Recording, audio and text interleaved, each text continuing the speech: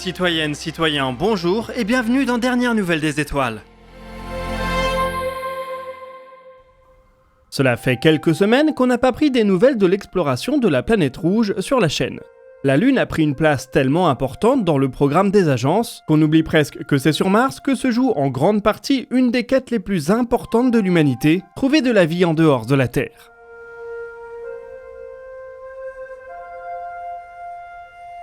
À cette fin, l'agence spatiale américaine a déployé depuis un quart de siècle plusieurs rovers qui ont parcouru différentes régions de notre voisine.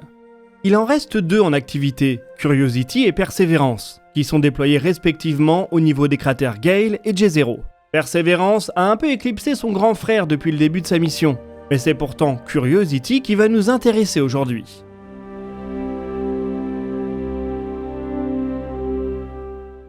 Depuis son arrivée sur Mars, en 2012, Curiosity a parcouru 32 km. Un joli voyage, même s'il reste encore à quelques encablures du record d'Opportunity, à 45 km.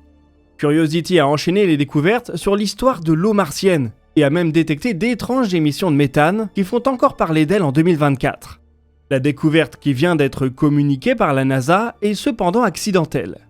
Alors que le rover se déplaçait à la surface de Mars, il a fait craquer des roches qui ont révélé une bien étrange surprise.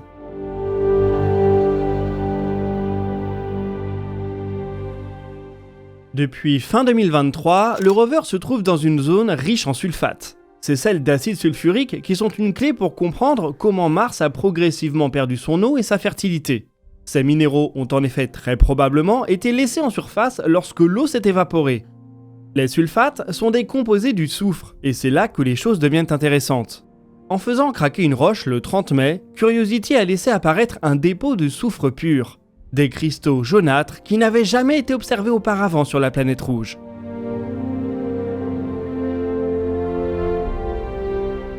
Cela offre un mystère fascinant. Les cristaux de soufre ne peuvent se former que dans des conditions très précises.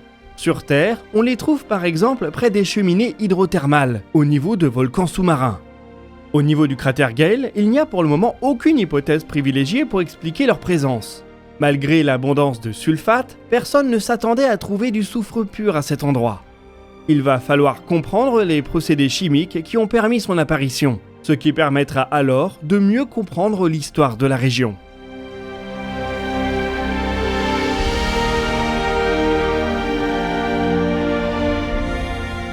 Le rocher que Curiosity a fait craquer est en plus loin d'être isolé. Il y en a plein d'autres qui présentent en surface la même apparence blanchâtre et qui offriraient certainement les mêmes cristaux jaunes si le rover leur passait dessus. Sur Terre, le soufre et les sulfates sont métabolisés par presque tous les organismes. Certains s'en servent même pour respirer. On est donc dans une région particulièrement intéressante pour la quête de Curiosity. Le rover va continuer à remonter un canal qui semble avoir été formé par des coulées d'eau voilà quelques milliards d'années. 12 ans après le début de sa mission, Curiosity est peut-être en train d'entrer dans une des phases les plus fascinantes de celle-ci.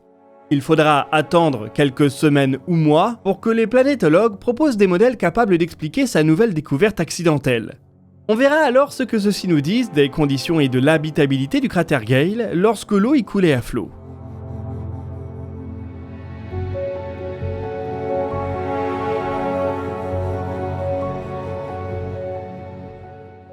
Quand on pense à la vie dans le système solaire, on pense à Europe, et c'est de l'Europe, le continent, dont nous allons maintenant parler, avec une petite cascade de bonnes nouvelles.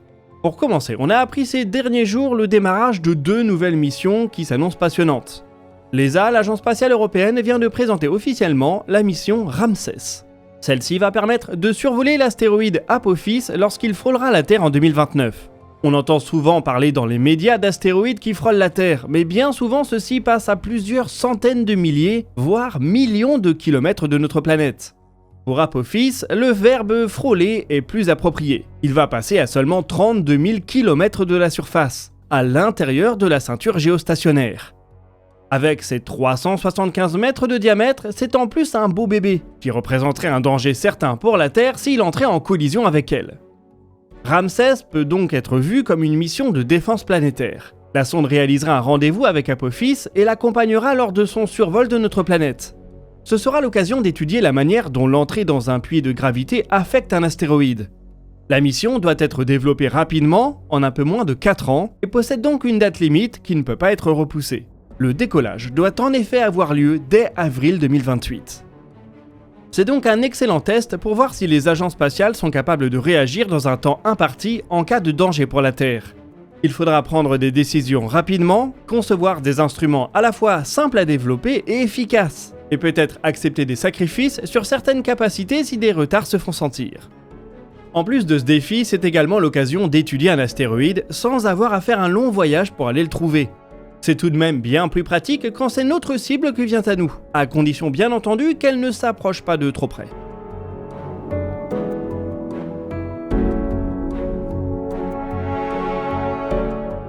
Il est possible d'intercepter un astéroïde, il reste cependant plus simple d'intercepter un satellite. C'est ce que propose de faire le CNES en collaboration avec Thales Alenia Space et Magellan Artal Group. Le Centre spatial français vient ainsi pour sa part de lancer le projet Diane qui est une démonstration de prise de contrôle d'un débris orbital. Il s'agira d'utiliser un satellite équipé d'un bras robotisé pour rattraper et contrôler un autre satellite en état de rotation incontrôlée. La mission Diane a le mérite de ne pas créer de nouveaux débris pour réaliser cette démonstration. En effet, les 2 satellites utilisés sont déjà en orbite. Ils font partie du dispositif EROS de la Commission européenne. Le CNES et ses partenaires vont donc devoir créer une solution entièrement software. C'est un signe encourageant qu'on peut faire beaucoup depuis la Terre avec des antennes et quelques lignes de code sans même avoir à réaliser de lancement. La mission sera réalisée grâce à un financement du plan France 2030 et permettra de valider des méthodes de rendez-vous orbital et de manipulation spatiale qui seront cruciales pour le secteur du service en orbite. Toujours en Europe, on salue 2 mises à feu statiques qui ont été réalisées par des entreprises qu'on connaît bien sur cette chaîne. Chez les Allemands de RFA, on vient ainsi de réaliser un tir de l'étage supérieur Redshift. Ce kickstage/transporteur spatial permettra à la fusée RFA One une certaine souplesse dans ses missions. Il est en effet réallumable et permettra donc de déployer des charges utiles sur des orbites complexes. Le test de mise à feu statique réalisé le 17 juillet a permis de simuler une mission avec un premier allumage de 590 secondes, suivi d'une pause de 40 minutes imitant une phase de coasting. Une deuxième mise à feu de 30 secondes simulant une circularisation d'orbite a ensuite été menée. Tout semble s'être bien passé et RFA reste donc en bonne voie pour faire son premier lancement avant la fin de l'année. Pour plus d'informations, on vous invite bien évidemment à revisiter le dossier spécial qu'on avait consacré à l'entreprise.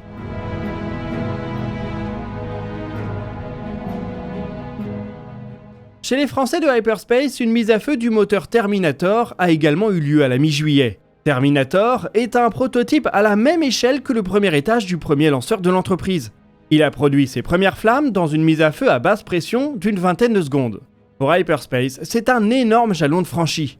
En effet, l'entreprise ne se repose pas sur une architecture de moteur bien connue. Elle explore un tout nouveau concept et a dorénavant prouvé que ce dernier fonctionne. Il va bien entendu falloir monter en pression et explorer tout le domaine d'opération de Terminator. C'est un travail qui est déjà en cours sur le banc d'essai de la DGA. On vous en dira un peu plus dans les semaines ou les mois qui viennent puisqu'on vous prévoit évidemment une autre vidéo spéciale avec l'équipe d'Hyperspace. Vous allez le voir, les Bordelais sont en train de travailler sur un moteur qui n'a aucun équivalent dans le monde. Un véritable effort de R&D en propulsion spatiale qu'on peut être fier d'avoir en France.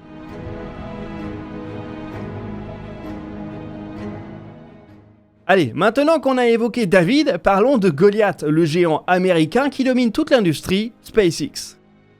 Si vous êtes un régulier de l'émission, vous savez que la NASA a sélectionné SpaceX pour concevoir un véhicule de désorbitation de la Station spatiale internationale.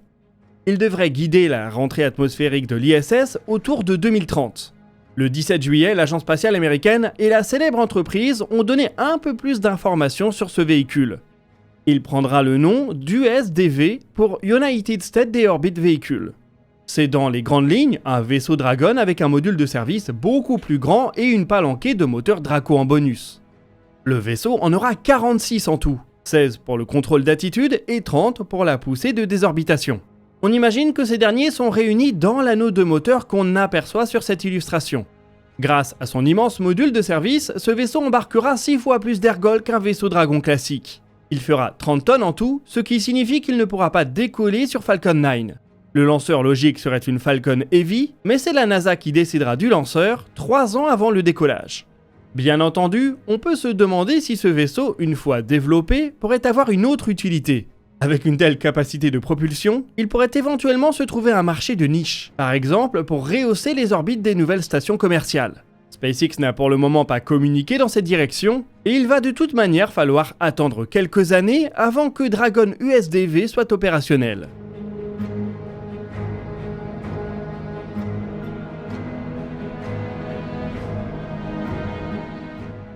Et nous voici arrivés au bout de cet épisode de Dernière Nouvelle des Étoiles. L'émission continue en live jeudi à 10h avec Maxime, le lien pour y assister est en description. N'hésitez pas à partager vos questions et vos remarques dans les commentaires, nous y répondrons dans une prochaine vidéo. Vous pouvez consulter la description pour retrouver nos sources et nos réseaux sociaux. Quant à nous, on se donne rendez-vous jeudi pour un nouveau dossier de l'espace, et d'ici là, citoyennes, citoyens, portez-vous bien.